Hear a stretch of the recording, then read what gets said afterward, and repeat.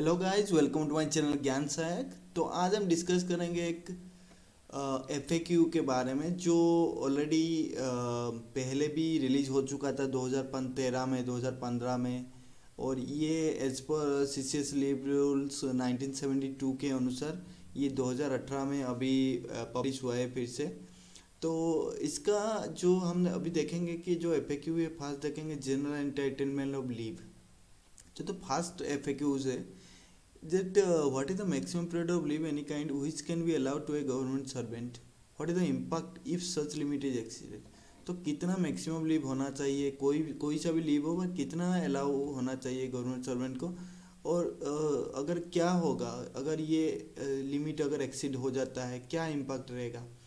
तो उसका जो आंसर डीओपीटी ने क्लैरिफाई किया है कि कोई भी गवर्नमेंट सर्वेंट हो, कोई सा भी लीव हो, उसको 5 साल से ज़्यादा नहीं दिया जाएगा। कंटिन्यूस पीरियड वो 5 साल तक ले सकता है। अगर वो मान लीजिए उसमें सारे इंक्लूडेड है जो कि एब्सेंस है, ड्यूटी से एब्सेंट है, और विथ और विदाउट लीव है, और जो भी है वो सब 5 साल तक, वो कंटिन्यूस पीरियड 5 साल तक उसको लीव में रखा जा सकता है। ओनली फॉरेन सर्विस के लिए उसका रूल अलग है। बट अगर उसके बाद अगर 5 साल हो गया, उसके बाद आपने कुछ इंटीमेशन नहीं दिया ऑफिस को, तो फिर आपका ये माना जाएगा कि आपने गवर्नमेंट सर्विस से रिजाइन कर लिया। तो अभी सेकेंड नंबर देखेंगे, what are the leave entitlement of government servant serving in a vacation department. First of all आपको ये जानना जरूरी है कि वैकेशन डिपार्टमेंट क्या होता है। एक्चुअली वैकेशन डिपार्टमेंट ये होता है जहाँ पे आपको रेगुलर वैकेशन मिलता रहता है, रेगुलर छुट्टी मिलता रहता है, रेगुलर लीव। और आपका मान लीजिए आप किसी भी पूरा डिपार्टमेंट में आपने ज्वाइन किए हैं जहाँ पे आप एब्सेंट भी रह सकते हैं रेगुलर 5 साल तक। इस तरह का डिपार्टमेंट को रेगुलर वैकेशन डिपार्टमेंट बोलते हैं। तो रूल 28 के सीसीएस लीव रूल के अनुसार ये जो अर्नड लीव का जो ग्रांट करने के लिए जो बोलता है, तो इसमें कुछ अमेंडमेंट हुआ है। इसमें बोलता है कि the leave account of every government servant, जो भी गवर्नमेंट सर्वेंट है वो अगर वैकेशन डिपार्टमेंट में सर्व कर रहा है, तो उसका जो अर्न लीव क्रेडिट होगा इन एडवांस 2 इंस्टॉलमेंट में क्रेडिट होगा, जनवरी में और जुलाई में। तो इसमें 5 डेज ईच करके आपका सबमिट होगा, उसमें क्रेडिट होगा, सॉरी। तो उसमें जो क्रेडिट होगा आपका 5-5 करके क्रेडिट होगा। बट ये आप सोच रहे होंगे कि आप तो सुने होंगे कि 15-15 क्रेडिट होता है। तो इसमें मैं आपको आगे बताऊंगा।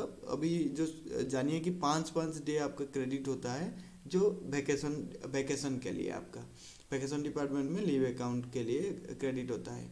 तो इसमें जो और एक बी ऑप्शन है जो कि आपको जो एडिशनल जो अर्न लीव होता है, ये होता है 20 डेज, मतलब 10 डेज करके ये आपका जनवरी एंड जुलाई में क्रेडिट होता है। ये होता है एडिशनल अर्न लीव जिसको बोलते हैं। तो इसमें आपको ये जो लीव दिया जाता है ये वैकेशन के लिए नहीं है, ये आपको टोटल क्रेडिट जो होता है ये आपका अदर देन वैकेशन ये आप भी यूज कर सकते हैं। और उसमें ये जो लीव है ये 15, इसलिए दैट मीन्स वहाँ पे 5-5-10 डेज हो गया था, यहाँ पे 10-10-20 डेज हो गया था। तो ये यहाँ पे फिर आप अगर टोटल कैलकुलेट करें तो जनवरी एंड जुलाई मिला के 15-15 क्रेडिट होता है, जो टोटल मिला के 30 होना चाहिए, 30 से एक्सीड नहीं होगा। तो सी में बोलता है कि आप अगर मान लीजिए आप अगर अवेल नहीं कर पाए, आपका जो लीव है वो जो 30 का लीव था वो 1 साल में अवेल नहीं कर पाए, तो इस केसेस में आप एक्चुअली जो लीव काउंट किया जाता है एडिशन के लिए वो टर्म ईयर काउंट किया जाता है, कैलेंडर ईयर के हिसाब से नहीं काउंट किया जाता है। और टर्म ईयर में आपका 12 मंथ का एक्चुअल ड्यूटी होना चाहिए 30 दिन का छुट्टी लेने के लिए। अगर 30 दिन आपने 12 मंथ पूरा टोटल नहीं किए सर्विस, तो उस केसेस में आपको सर्विस में थोड़ा आपका जो छुट्टी का काउंट है उसमें बदलाव आ सकता है। तो इसमें बोलता है कि अगर आपने अवेल किए हैं वैकेशन का और आपका जो भी रह गया है, कुछ वैकेशन का जो लीव है वो बचा है, यह आपको कैरी फॉरवर्ड होता रहेगा। और ये यहाँ पे वो बोलता है कि जो भी वैकेशन है आपका वो मोर देन 15 डेज नहीं होना चाहिए। ये जो भी ये आप ट्राई कीजिए कि मोर देन 15 डेज ना हो। 15 डेज के अंदर आपको वैकेशन का जो लीव लेंगे आप वो होना चाहिए आपको। तो यहाँ पे बोलता है कि जब भी एक जो गवर्नमेंट सर्वेंट जो वैकेशन डिपार्टमेंट में जो लीव ले जाते हैं एक before completing the full year of duty, तो इसमें क्या होता है कि आपका जो लीव एडमिसेबल होता है ये आपका जो एक्चुअल ड्यूटी जितना भी किए होंगे उसी अनुसार आपको लीव मिलेगा आपको। तो नेक्स्ट देखते हैं कि जो हाफ पे लीव होता है वो आपको एडवांस में मिल जाता है 10 डेज करके, जनवरी में जुलाई में कैलेंडर ईयर में 2 बार। तो नेक्स्ट देखते हैं लीव एनकैशमेंट विद एलटीसी, इसका क्या है एफएक्यू से। तो whether encashment of leave is allowed after LTC is availed, क्या लीव एनकैशमेंट आपको अलाउ किया जाता है एलटीसी अवेल करने के बाद। तो इसका जो आंसर रहेगा ये एडवांस में आपको लेना चाहिए एलटीसी का। जब भी ले रहे हैं तब उसका टाइम में एडवांस में लेना चाहिए आपको फर्स्ट एनकैशमेंट लीव एनकैशमेंट के लिए। और ये जो एक्स पोस्ट फैक्टर सेंक्शन है ये अथॉरिटी के ऊपर डिपेंड करता है कि वो कंसिडर करेगा या नहीं करेगा। बट ये एक्सेप्शनल केसेस होता है, बट जो सही प्रोसीजर है ये आपको एनकैशमेंट करना चाहिए पहले एलटीसी लेने के टाइम या एलटीसी लेने से पहले। ये भी जो क्लेम है उसी टाइम कर देना चाहिए। तो what is the limit of leave encashment while availing LTC by government servant dependent और spouse within the same block year. तो क्या लिमिट होगा आपका, मान लीजिए आपका ब्लॉक ईयर चल रहा है अभी होम टाउन एलटीसी और ऑल इंडिया एलटीसी का, आप वहाँ उसमें क्या कितना लिमिट है कि आप कितने बार कितने बार लीव एनकैशमेंट ले सकते हैं एलटीसी के थ्रू। तो ये जो सीजीएस लीव रूल 1972 बोलता है कि भाई जो भी आप 10 दिन तक ही आप एट अ टाइम 10 दिन तक आप ये कर सकते हैं, बहुत टाइप्स में कि होम टाउन में हो या एनीवेयर हो, आप दोनों टाइम में से ही आप 10 दिन तक एक बार में 10 दिन तक आप लीव एनकैश कर सकते हैं। अगर एक बार आपने अवेल कर लिया जो भी सेम एलटीसी में, तो आप अगर आपका फैमिली मेम्बर हो, ये जो भी हो आपका स्पाउस हो, ये जो भी ये एक ओकेजन के लिए ही आपका रेस्ट्रिक्ट होगा एक ब्लॉक ईयर में। तो whether leave encashment should be revised और रेट्रोस्पेक्टिव रिवीजन ऑफ पे और डी, आपका जो लीव एनकैशमेंट है ये 33A के अनुसार रूल 33A के अनुसार आपको जो भी पे एडमिसेबल होगा आपका उसी टाइम रिवीजन होगा, जो भी आपका डीए हो और जो बेसिक पे चल रहा होगा उसी के अनुसार आपको मिल जाएगा आपको उसी डेट में।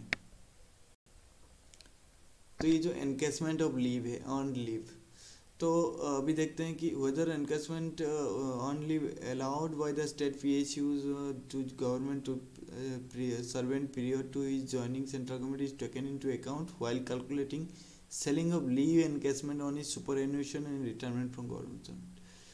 तो ये जो एनकैशमेंट होता है ये होता है कि जैसे स्टेट गवर्नमेंट हो, पब्लिक सेक्टर अंडरटेकिंग हो, ऑटोनोमस बॉडी हो और या सेंट्रल गवर्नमेंट हो, इसमें सर्विसेज में उसमें क्या करा जाता है कि 300 दिन तक आपका अर्न लीव कैलकुलेट किया जाता है एनकैशमेंट के लिए as per CCS leave rules. तो ये जो यहाँ पे और एक बोला है whether cash equivalent of leave salary in case of permanent absorption of PSU और ऑटोनोमस बॉडी इज परमिसिबल।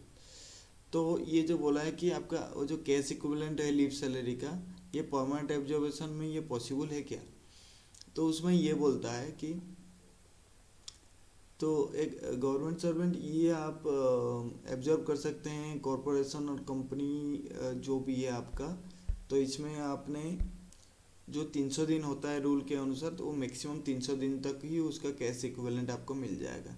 अगर permanent absorption under the rule है तो फिर आपको जो भी अपॉइंटमेंट आपने प्रॉपर चैनल तक किया गया है या रिजाइन किया गया है वो टेकिंग नोट में लिया जाएगा कि कितना दिन तक आपका रिजाइन कर रहे हैं आप, कितना दिन से। तो देखते हैं अभी leave encashment on suspension dismissal और रिमूवल।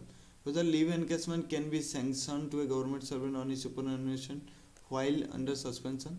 तो क्या ये लीव एनकेसमेंट जो है इसको सैंक्शन किया जा सकता है गवर्नमेंट सर्वेंट का, अगर वो रिटायरमेंट उसका आ गया है और बट वो सस्पेंशन में है।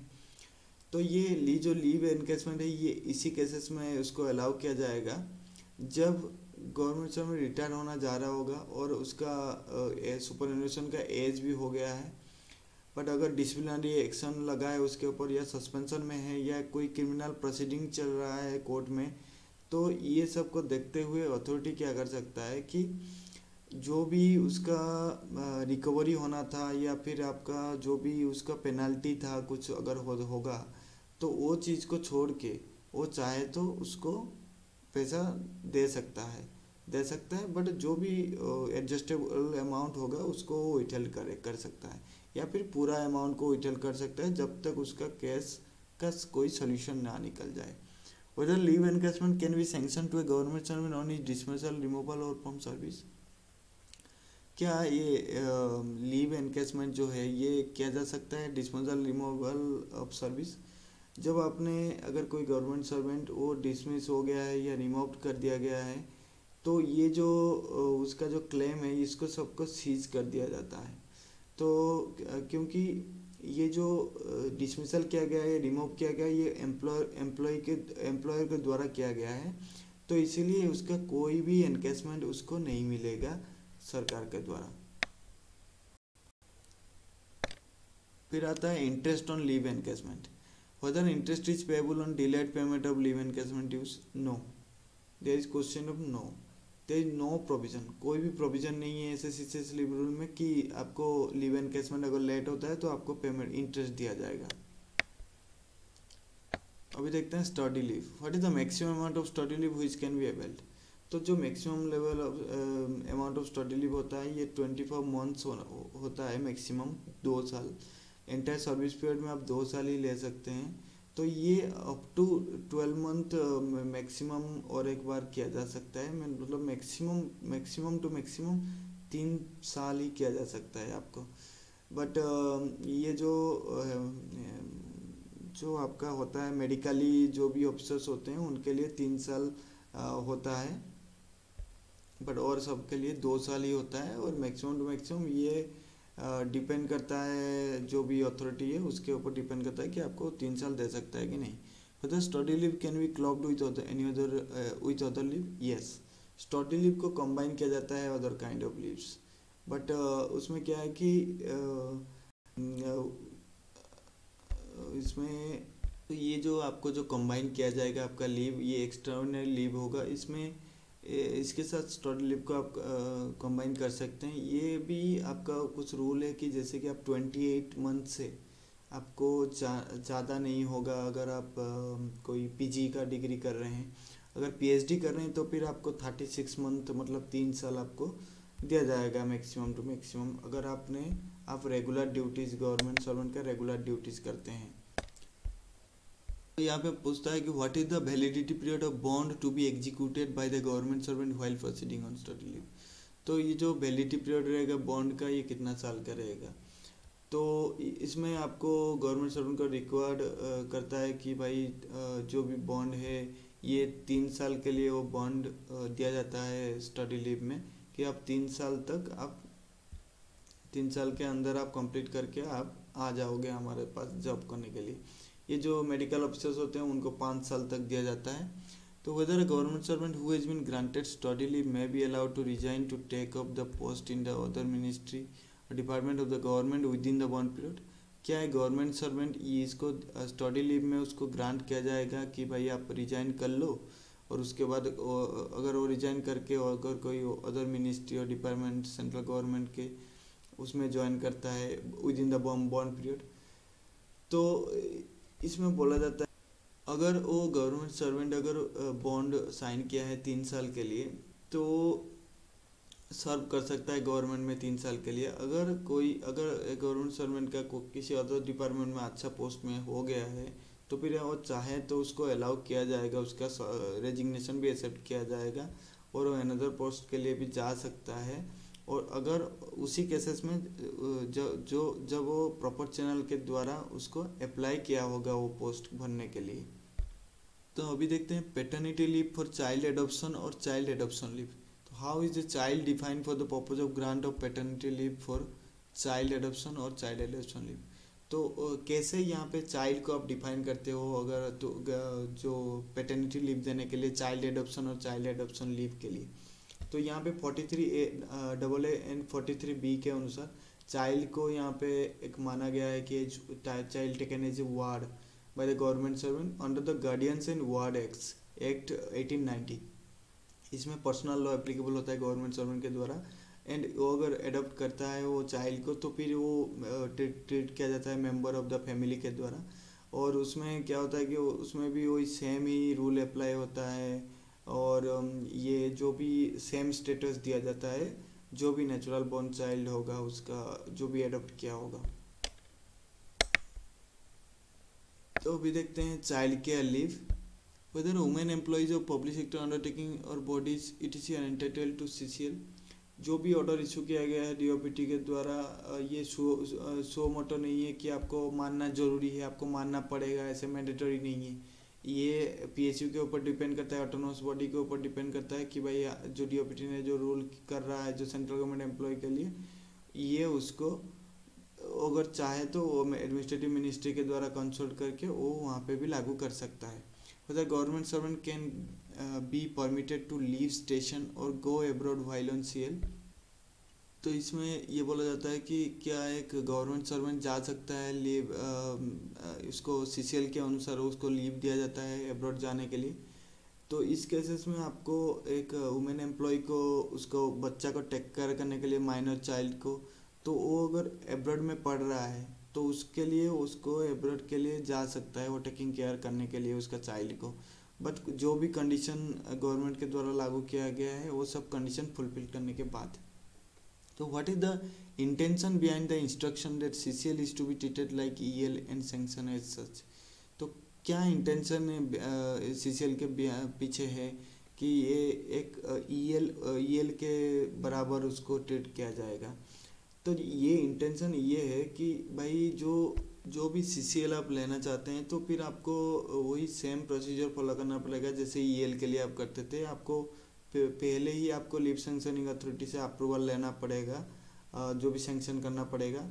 और अगर आप कोई कंबाइन करना चाहते हैं तो फिर आप कुछ रेस्ट्रिक्शन से ईएल के ऊपर भी सीसीएल के साथ मर्ज करने के लिए, बट जो रेस्ट्रिक्शन लिमिट है ये 180 डेज है कि आप उसमें भी ईएल उसमें अप्लाई नहीं होगा 180 डेज के ऊपर। अगर आप ईएल लेना चाहते हैं 180 डेज प्लस ईएल कितना भी लेना चाहते हैं तो ये वहाँ पे एप्लीकेबल नहीं होगा।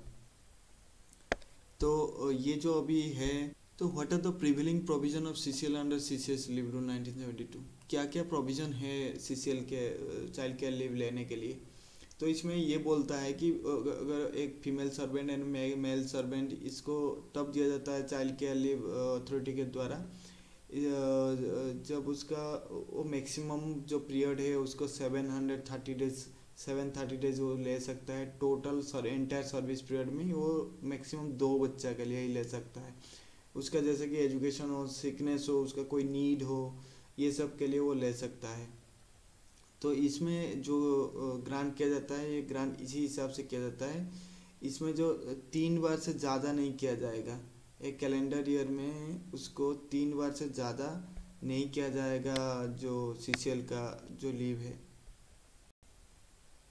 अगर ये सिंगल फीमेल सर्वेंट है तो फिर जो भी लीव है वो 3 साल तक वो एक्सटेंड किया जा सकता है 6 साल तक, क्योंकि अगर वो सिंगल फीमेल गवर्नमेंट सर्वेंट है। एक्चुअली ये जो लीव है ये नहीं ग्रांट किया जाता है during the probation period accept in case of extreme situation. Extreme situation ना हो तब लीव सैंक्शन अथॉरिटी को ग्रांट नहीं करना चाहिए। अगर वो सेटिस्फाइड है तो ग्रांट कर सकता है। तो ये जो चाइल्ड केयर लीव है ये प्रोबेशनर के ऊपर इसीलिए थोड़ा नरमी, अगर कोई नरमी दिखाया, थोड़ा उसका अर्जेंसी फील किया तो फिर उसको उसी टाइम में सैंक्शन किया जा सकता है। बट ये जो चाइल्ड केयर लीव है ये इसमें आपको 5 दिन से कम ग्रांट नहीं किया जा सकता। मिनिमम तो आपको 5 दिन लेना पड़ेगा आपको सीसीएल में। तो ये जो ड्यूरिंग द पीरियड जो चाइल्ड केयर लीव का जो पीरियड है उसमें जो अगर सिंगल मेल गवर्नमेंट सर्वेंट है और अगर फीमेल गवर्नमेंट सर्वेंट है उसको क्या किया जाएगा कि वो 365 डेज तक उसको 100% सैलरी उसको दिया जाएगा। और जो नेक्स्ट 365 डेज हो गया उसको 80% सैलरी उसको दिया जाएगा नेक्स्ट 365 डेज के लिए। यहाँ पे जो दर्शाया गया जो सिंगल मेल गवर्नमेंट सर्वेंट है ये कंसीडर किया जाएगा अनमेरिड के हिसाब से या विडो के हिसाब से या डिवोर्स हो गया है उसी के हिसाब से उसको कंसीडर किया जाएगा। तो ये रहा आपका फुल वीडियो। यहाँ पे आप टोटल एफएक्यू आप देख सकते हैं। तो अगर वीडियो को अच्छा लगा तो फिर लाइक कमेंट और शेयर कर दीजिए और अगर कोई डाउट हो तो फिर कमेंट करके ज़रूर बताएं।